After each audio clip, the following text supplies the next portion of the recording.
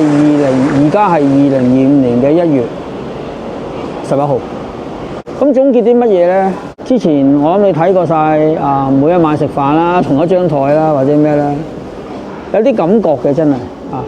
咁作為一個旅遊嘅從業員咁多年啦，而家都係已經即係老實講第2次搭船啫，唔係話成日搭船。咁所以我都好難一概而論去做到啲咩。咁用自己經驗啦，去話翻俾大家聽，到底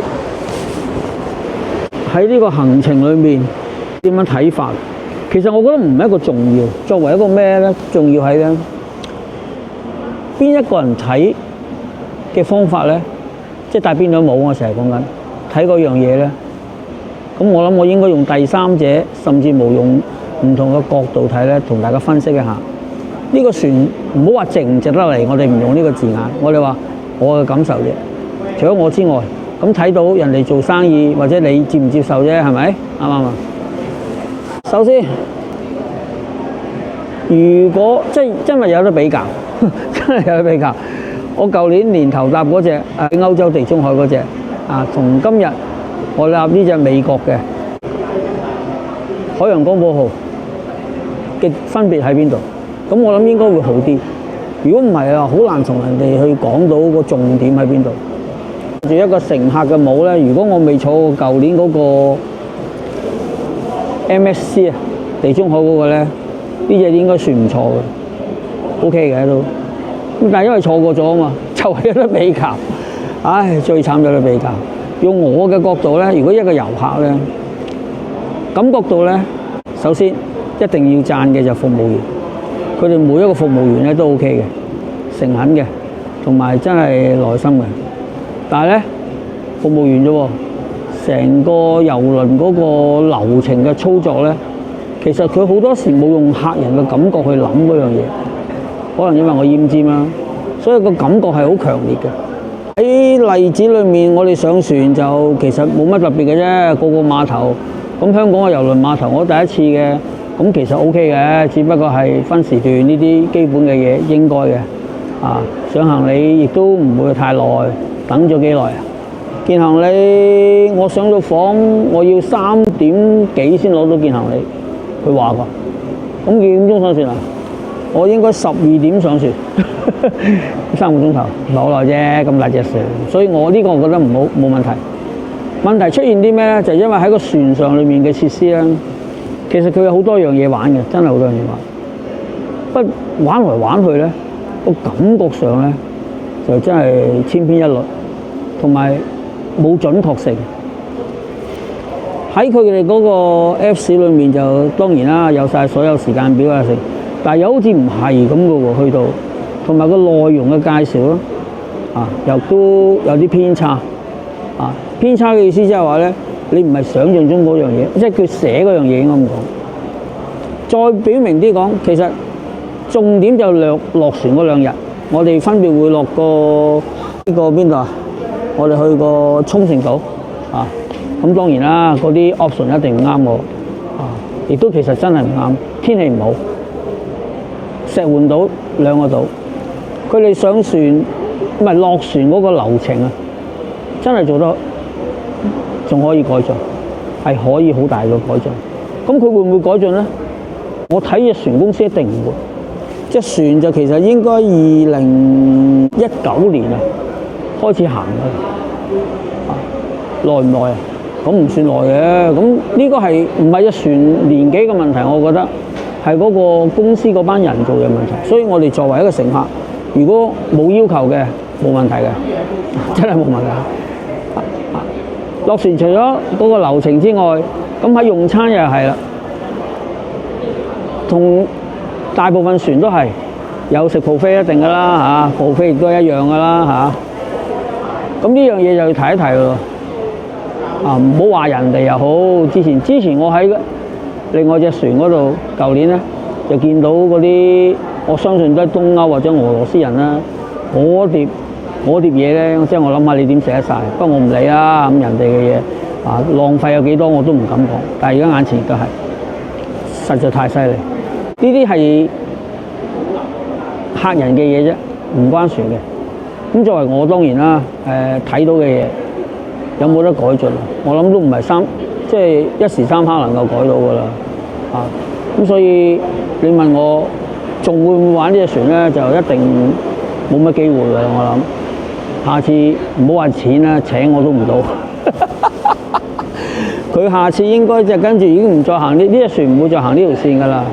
呢條線應該係跟住佢會轉去上海啊。佢講廈門、上海，我問啲船員嗰啲職員。咁呢個就係我個人睇法啦。咁仲有個晚餐其實 OK 㗎。嘢食方面咧，講啲好食先啦。佢晚餐嗰塊牛扒咧就真係美式牛扒咧，你之前睇過啦，晚晚都食佢，咁你真係知好食啦。哇！食咗咁多晚，係啊，食咗5晚㗎啦，今晚又繼續㗎啦。就算出去食到沖繩嘅靚牛肉都好，都係要食嘅，因為冇得揀，冇得揀咁點啊？咁又係食翻嗰隻牛扒。仲有啲咩好食啊？有佢個披薩啦，女主角最中意嘅3更半夜，因為佢披薩嗰度咧玩到2點嘅夜晚，即係話你跟住嗰啲節目跳完舞又好，乜嘢都好，咁啊跟住就可以繼續食嚇。咁而家當然啦，以我識郵輪到而家，其實最大嘅分別係咩咧？以前郵輪連水都唔包嘅，而家都好犀利㗎啦，包咗好多嘢㗎，進步咗。好唔好玩啊 ？OK 啦，放下幾日假咪算咯。所以對我嚟講，1000蚊一日，6000零蚊加埋服務費都唔係㗎啦，都1000零蚊㗎啦。其實我都冇乜，唔係我唔想使啊，使唔到啲咩錢你知啊，我又唔飲酒又唔煙嘅，喺船度對我嚟講，有唞氣位，你放心，一定有唞氣位。頭先經過啲唞氣位，飲酒嗰啲唔啱我啫，唞氣嗰啲大班人啦，係咪？個人嘅感覺啦，答咗你㗎啦，仲有冇下次？咪講咗咯頭先。咁你問我睇到啲咩咧？除咗自己就冇咯喎，就輪到做船公司個角度咯。點解船公司喺嗰個流程落船去嗰啲觀光景點我唔計佢賣唔賣自費節目嗰啲，個間都做㗎啦，我唔係介意啊，嗰啲冇問題㗎，因為你俾錢一定係㗎啦。而家就話因為你唔俾錢買嗰啲人咧，咁點樣處理啦？原來咧，佢落船我最唔滿意係咩咧？佢一定要我兜個 casino， 即係佢哋個賭場，你先出到去嘅。明明係可以咧，一落樓梯去出到，我係唔俾你行。咁你知點解啦？喺船公司角度啦，你用咗咁多年，而家見到嘅設施咧，影咗咁多啦，19年啊嘛，到而家其實都冇乜點變，真係冇乜點變。只可以就係話咧，船公司佢最終嘅目的就係你要落去 casino。咁成個行程設計又係咯。而家我哋叫6日5晚，咁而家我嗰邊度浮緊啦，用浮緊呢個字喎。其實琴日去完石門島咧，隻船咧原則上係可以今朝早咧就已經翻到香港，佢係都唔肯翻，留多日嘢喺度。全船人4000人就喺隻船上面咁節目就唔會多噶啦，都係嗰啲噶啦市價㗎啦。咩叫市價？原來咧佢哋玩嗰啲節目咧，嗰啲空中飛人又好，嗰啲滑水咧係按時間嚟收錢㗎，即係多人少人咁都得。係啊，你人少40蚊、30蚊，你人多咧就70蚊。今朝早唯一好天咧，收70蚊一個，玩嗰幾分鐘。佢話1個鐘頭，你唔好信啦，係咪？啱唔啱啊？咁點樣都好啦，我都睇過片都可以俾大家睇下。你問我值唔值，我唔講，我只係話佢係睇時間嚟收錢嘅。咁呢個我就最唔中意。好啦，表演啦，喺船公司個角度，佢點會俾啲好嘅表演你啊？因為佢覺得你上船最緊要就係 casino。佢越俾得好嘅表演你，咁啲人咧就唔會去 casino 啊嘛。所以喺佢個角度，我慢慢做嗰個 show 都差唔多，就係嗰個叫絲綢之路。我睇咗你上船自己睇翻啦，睇個 Apps， 晚晚都係絲綢之路，我真係暈咗地喺度。即係5晚裏面4晚啦，唔多啊。其他嗰啲普通玩啊、搞下笑嗰啲當然咁佢仲要處理嘅，揾一個人出嚟教下跳舞，成場人嗰啲呢個呼應喎。之前睇片睇到啦，啲人喺度跳舞跳得幾開心，呢啲 OK 喎。搞掂啲女士啊，男士放心啦，去 casino 啊嘛又。所以整體嗰樣嘢，如果你問我帶住公司嗰種帽咧，真係包住，即係喺佢角度佢冇錯，上到嚟啊嘛，全部用美金，仲未算喎，每樣嘢使錢仲要加稅嘅喎，呢嚿嘢都幾大。好啦，咁如果你再問嘅話，喺個市場上邊係咪唔去咧？咁我又唔認同。我再提醒大家，香港咧，如果報呢啲郵輪咧，我講香港人我建議大家去旅行社。當然啦，出名同埋有呢個嘅知名度嘅旅行社，邊間一定唔講噶啦，你自己揸住。出名大嘅啫，總之就上市好唔上市好，都大家心裏有數啦。我講香港點解咧？因為咧坐郵輪另外一隻保險嘅，第一同我哋喺網上報最大嘅分別係咩咧？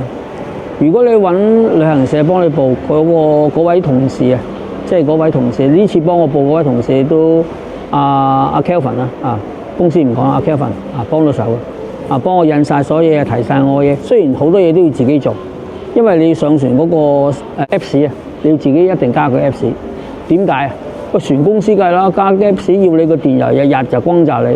我又加咗 Apps 嗰日，我日日都收到個電郵一定有嘢俾你平俾你呢樣嗰樣。要啦郵輪值得玩嘅。不過你問我呢隻船咧，呢間公司就真係冇興趣啦。下次去唔去？點解唔去啊？睇翻我每日啦。今次都係少少總結啦，但希望可以理解到、聽到啦。即係俾大家知道咗啦。坐咗船所有影晒啦。